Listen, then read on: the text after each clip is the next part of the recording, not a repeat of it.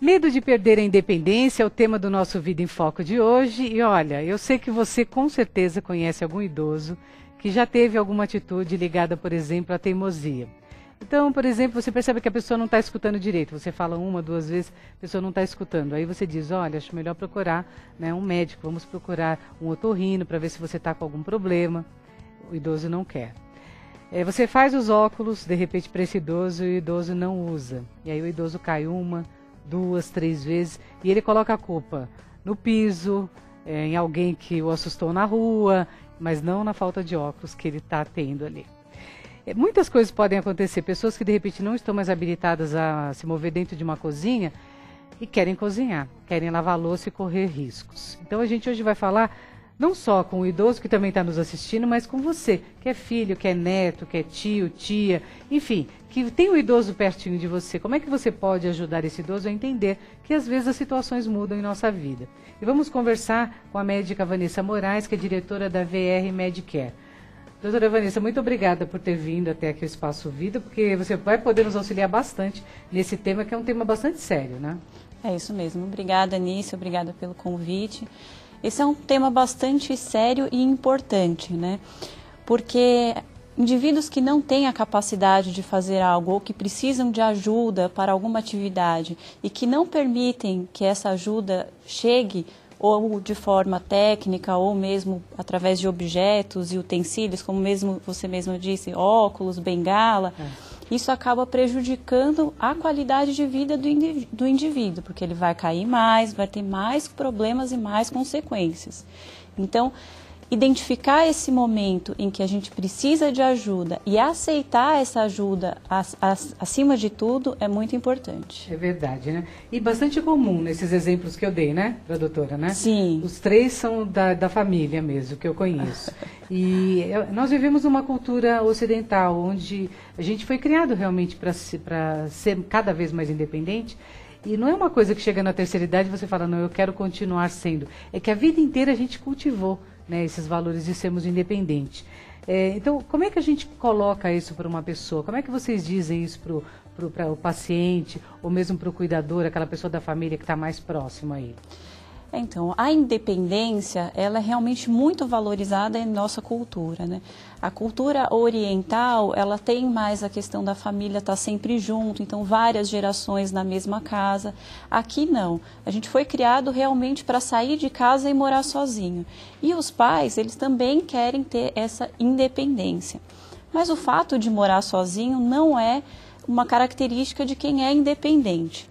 Eu vou dar alguns exemplos para a gente entender melhor. Ser independente é aquela pessoa que consegue fazer todas as suas atividades de vida diária, então tomar banho, se vestir, comer, ir ao banheiro e também as atividades fora de casa. Então, ir ao banco, fazer compras, atender o telefone, usar o transporte público, essas atividades mais complexas, tá? Essa é uma pessoa que tecnicamente é independente. Você precisa morar sozinho para ser independente? Não precisa, né? Não precisa.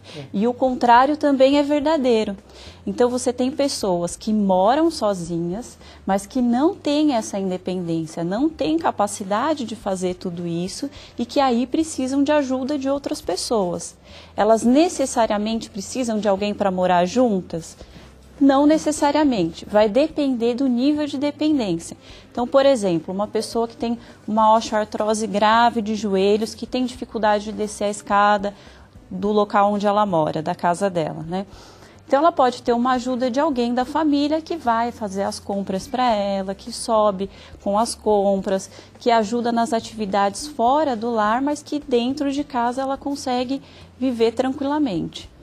Então, a gente precisa identificar exatamente qual o motivo que está causando essa dificuldade ou que está fazendo com que a família perceba que o idoso precisa de uma ajuda. Uma ajuda, né? E a ajuda pode ser de diferentes formas, né?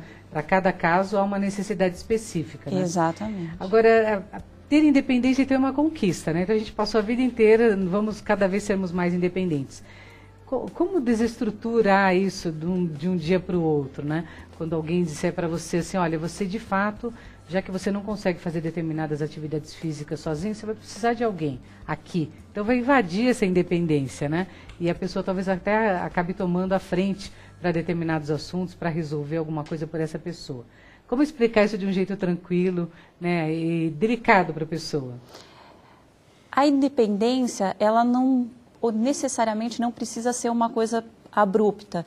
Então, de um dia para o outro, o idoso perdeu toda a sua independência. Ele já não mais sai de casa, não faz as atividades dentro de casa. Isso não é o ideal. O ideal é que essa situação vá acontecendo aos poucos. Então, a introdução de um cuidador, às vezes em meio período, no período em que o idoso acaba tendo mais dificuldade, às vezes para tomar banho, se vestir, e isso progressivamente sendo aumentado. Então, não precisa ser algo de um dia para o outro. Então, num dia eu vivo sozinho, faço tudo sozinho, no dia seguinte tem alguém o tempo todo comigo, né?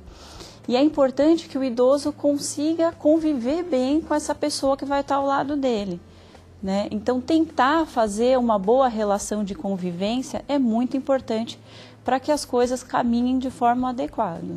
Agora, o que é mais difícil, na sua opinião, doutora Vanessa? A pessoa aceitar um parente, alguém que já é mais próximo, já é mais conhecido, ou um cuidador? Para os idosos, o que a gente percebe é que quando é alguém da família, existem muitos sentimentos envolvidos, sentimentos prévios mesmo, né? Então, além daquela pessoa ser da família, ela teve uma convivência, que às vezes foi boa, às vezes foi ruim, às vezes foi mais ou menos. E mesmo sendo boa, pode acarretar o sentimento de, como se fosse o idoso, ele acaba se sentindo um peso.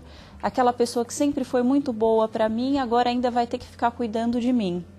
Ele acaba sentindo esse peso em relação a essa pessoa. Quando você coloca um cuidador, que não necessariamente precisa ser um auxiliar ou técnico de enfermagem, pode ser alguém treinado para aquela função, a relação ela se inicia do zero. Então você vai ter um relacionamento se formando a partir dali. Então não tem marcas prévias. O relacionamento ele é limpo, ele é mais técnico, ele é mais tranquilo, não tem tanto sentimento envolvido. É lógico que com o passar do tempo, o idoso vai tendo mais simpatia, vai se familiarizando com a pessoa e vice-versa, e vai ter uma relação de carinho mesmo. Mas, inicialmente, a relação se faz de forma mais tranquila. Entendi. Em relação ao cuidador, então, essa pessoa que chega, né, que vem de fora para oferecer a sua ajuda, né, o seu carinho, muitas vezes até o tempo, né, que às vezes os próprios familiares não têm esse tempo disponível, esse cuidador recebendo essa formação, a gente sabe que hoje, inclusive, é regulamentada, né, essa profissão, não é, como cuidador? Então, ela está em regulamentação. Está em regulamentação, tá. Mas ainda não tem a profissão cuidador de idosos no Brasil. Vai ser muito bom, né? Deve se encaminhar nos próximos anos, até pela necessidade que a gente tem no Brasil. Então, recebendo então esse cuidador, o que muda na qualidade de vida dessa pessoa? Olha, um cuidador bem treinado, ele melhora muito a qualidade de vida do idoso. Então, vamos dar alguns exemplos. Um idoso que tem dificuldade para deambulação, para andar. Um paciente com Parkinson, por exemplo, ou que tem quedas frequentes. O idoso, ele vai ter uma ajuda nos momentos mais difíceis. Então, o bom cuidador não é aquele que faz tudo pelo idoso. Então, é aquele que estimula o idoso a fazer as atividades que ele é capaz de fazer. Então, ele é capaz de andar dentro de casa com o andador, então o bom cuidador vai estimular para que ele mantenha essa função. Então, ele não vai fazer tudo pelo idoso, né? Ele só vai fazer as atividades que o idoso não é capaz. Por exemplo, pegar um objeto no alto, fazer alguma atividade na cozinha, aí sim o cuidador vai fazer, porque vai causar um risco muito grande para o idoso fazer essas atividades. E a qualidade de vida fica melhor por quê? Porque você tende a manter a capacidade do indivíduo do que ele é capaz de fazer. As atividades que ele é capaz de fazer, ele vai manter. E como é que a gente trabalha a nossa cabeça no sentido de, muitas vezes a gente gostaria mais de cuidarmos, né, dos outros do que de sermos cuidados, né? Aí voltando à questão da independência mesmo, né? Olha, essa questão de que o que nós gostaríamos, ser cuidado ou cuidar de alguém, ela é uma resposta bem individual. Depende muito da personalidade das pessoas. O que de modo geral nós observamos, os homens não gostam e têm mais dificuldade de aceitar que alguém cuide deles em algum momento da vida. É mesmo? Sim. As mulheres têm essa diferença, existem muitas mulheres que também não gostam de ser cuidadas, mas muitas delas têm o cuidado como um carinho, recebem o cuidado como uma demonstração de carinho, o que não deixa de ser. Mesmo quando não é a família que realiza o cuidado é uma demonstração de carinho e de atenção que a família tem, mesmo quando ela contrata um cuidador para estar junto do idoso. Por outro lado, tem pessoas que nasceram para cuidar, né? Então você vê aquela profissão, por exemplo, babá. É uma pessoa que nasceu para cuidar de outra. E quando você não tem mais um trabalho como babá, você logo consegue outro porque você nasceu para aquilo. Você adora ficar junto de pessoas e cuidar de pessoas. Então vai depender da personalidade da pessoa aceitar uma coisa ou ser outra. Né? Ser outra, né? Em relação à hora limite, chega uma hora que fica no limite mesmo, até de segurança da pessoa. Por exemplo, não dá mais para pegar ônibus sozinho, não dá mais para dirigir. E aí alguém da família vai ter que tomar a frente, né? Para dizer, olha, agora não dá mais. Então, essa questão da família tomar a frente, agora não dá mais, é bastante complexa, tá? Por quê? Porque é muito difícil para os pais receberem ordens dos filhos, independente do conteúdo dessa ordem. Pode ser uma ordem agradável ou algo mais impositivo, né? Então, é difícil para eles aceitarem. Daí é o momento da gente identificar o motivo dessa perda de funcionalidade. Então, o que a família percebeu? Por exemplo, você percebeu que não está conseguindo dirigir adequadamente, que está tendo dificuldade com os reflexos. Isso deve ser levado a um médico, que pode ser um médico geriatra ou, no caso específico da visão, um oftalmologista, que vai avaliar a visão, os reflexos, para que ele possa ajudar no convencimento de que aquela situação é uma situação de risco, porque é diferente o filho falar e um profissional de saúde falar de que o idoso não tem mais condições de dirigir, por exemplo. Outra coisa que a família pode ficar bastante atenta é indivíduos que têm dificuldades em manusear o seu dinheiro. A vida toda cuidou das coisas, foi ao banco, fez tudo certinho. Agora está devendo no banco, não consegue mais organizar as contas, esquece de pagar as contas. Isso é um sinal de alerta para a família. A família deve procurar atendimento médico para que essa situação seja esclarecida. Há algum problema de memória? Sim ou não?